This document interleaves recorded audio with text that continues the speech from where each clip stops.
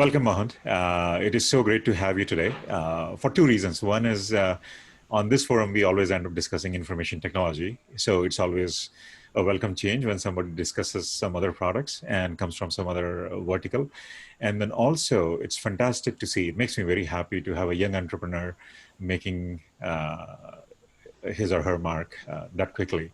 So a couple of questions. Right, let's start from the beginning. What is Enhanced Neurotechnologies and what is Vae? Sure. So Enhances Neurotechnologies is the name of our company. We incorporated in March of 2019. And our first product is Vae. And what Vae is basically we managed to find a way to increase the solubility of caffeine from 17 milligrams per milliliter to 587 milligrams per milliliter. So we have a patent pending on that. And what that enabled us to do is create this hyper concentrated energy spray, where you have about 35 espressos in a little 5 milliliter bottle, and where 2 sprays is like 1 espresso shot. And we decided to do this because it's much more convenient, and you can have it in your pocket and use it whenever. Okay. So Vae Labs starting during pandemic. As a startup that is ramping up during pandemic, accessibility to everybody is can be challenging, especially in-person discussions and other things like that. What are some other unique challenges that you guys are encountering right now?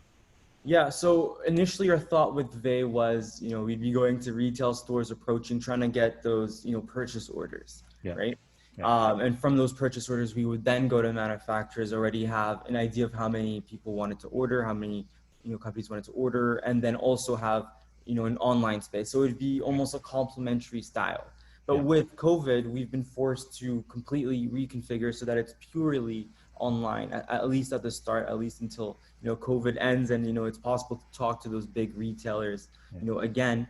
So instead of going a more traditional route, we're going the crowdfunding route, we're going the online route, we're doing Facebook ads, we're doing all this cool stuff. So it was a big transition, but we're very lucky the internet exists, of course, so we were able to do this. So as I understand, Vae is approved by Health Canada. What were the unique lessons learned while going through this federal regulation process? Sure. So when you go through the process set up by Health Canada, it's very strict, it's very regulated, and you have to prove the safety and efficacy of your ingredients. So you have to be very thorough, you have to be very detail oriented, and you have to make sure that every T is lined and every I is dotted, right? Because if you make even a little, it's not even a mistake in terms of what you're divulging, but if you don't fill out form perfectly, or you fill out a letter wrong, then they'll just reject you regardless. So it's important to do everything by the book perfectly. How long did the process take approximately? Yeah, it took us about 6 months from when we first started it to getting a product license and approved. Okay, that was fast, in fact. Yeah. I'm curious, what inspired you to focus on energy enhancer, energy drink space, which already seems to be overcrowded? So basically, my co-founder and I, my co-inventor and I, we were in the library studying whatever. We were seeing our friends taking a ton of energy drinks, energy shots, coffee, whatever, and they would peak and crash, during final season, right? And they were not having a good time about it, and we knew. We figured there had to be a better way, and why hadn't someone, looked into it? So using a neuroscience background, we went through the literature to try to find compounds that would help, to alleviate some of those negative effects of caffeine. At the same time, at least at the McGill Library, you can't, there's so few spaces during exam season that if you leave, you lose your spot. So it's not very convenient to have to go leave the library to go buy an energy drink or to go buy a coffee or whatever, unless you have been studying with a friend. So we wanted to create a method where you'd have a ton of doses of energy energy doses that you could get, so that regardless of how many you needed to take or how long you were at the library, you could always get as much as you needed. So if you were there from the morning to the night, you have your Vae on you, you take it out every time you need some energy and you're good to go. And you have about 3 weeks worth if you take it based on a recommended, or much less if you spray a bit more. So it solves that issue of having to leave the library to go buy a drink, and you can just stay there. It's very convenient. You don't get as much of that crash. There's no sugar in it, so it's healthier for you as well. So yeah, so that's why we decided to target it, and we noticed that no one had really done anything like this before. So we thought this was something worth exploring. So you majored in neurosciences program from McGill, Yeah. and your friends, classmates, caffeinating during exams, during assignments, inspired you for the invention that you have in your hands now. Um, and so I'm assuming that, of course, students are your target audience then. Do you foresee yourself running into challenges and problems similar to what Joule did in 2019? Yeah, so I would say we're targeting students, but also young urban professionals. First of all, in the sense that they face the same types of issues in terms of having a lot of work to do and needing, an easier form of energy.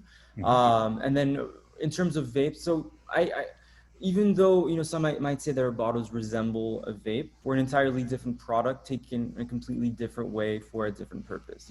Like we're administering caffeine, which is a drug that's very safe, a compound that's very known. Well, whilst nicotine is known to be addictive, it doesn't really have any benefits for you. And so we see ourselves as being a net positive, in people's lives. Where If I understand it correctly, it's just a new form of ingesting caffeine, if I'm correct. yeah, it's just a new form of getting your energy when you need it. Okay.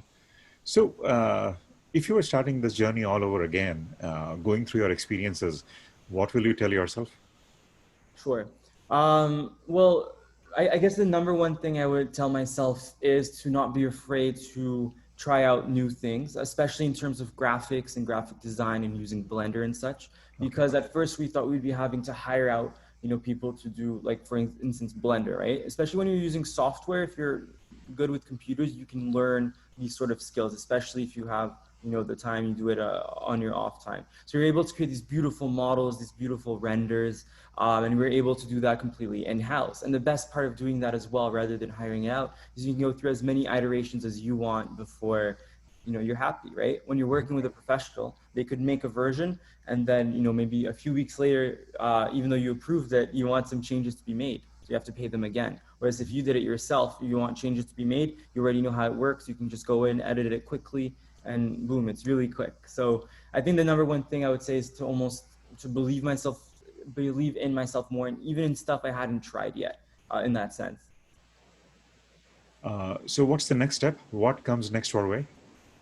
Yeah, so I guess the next step for Vae would be to go for the refillable pod route. So right now, even though our bottles, save, depending on the size of the can, 10, big energy drink cans from going to landfills if you're using one, in terms of how much energy you're getting. We still Hmm. want to be even more pro the environment, even more convenient, easier for people to use. So we go with a refillable pod version. So you'd have your standard bottle, and then you'd buy pods, and then you could just refill it with any flavors that you'd want. So that would be the big next step. As soon as we get enough market validation, that's where we're going to be focusing our design efforts. You mentioned crowdfunding campaign coming soon as well. When does that kick in?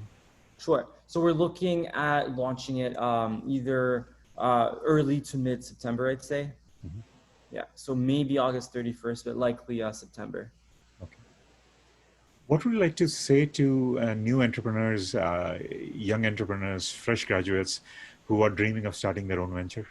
Sure. So I think the first thing I would say is to identify a problem first, and then try to solve it. Because if you try to create something and then it turns out nobody really needs it or wants it, or even bigger, they don't want to pay for it, because there's a few cool things, people would use it for free, but they would never pay for it. So it's best to find either a problem that people are already paying for, or that's a big pain point that people are like, this is so annoying to me that I'm ready to pay money for it.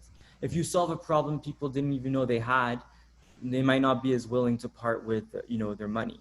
And then also the other tip of advice is, just because it hasn't been solved yet, like if you come up with an idea and you see that there's nothing on the market, doesn't mean it can't be solved, and doesn't mean that it's impossible, and doesn't mean that you might actually be the first one to think of it. So it's always worth exploring. Always do a ton of research, of course, before you go into anything.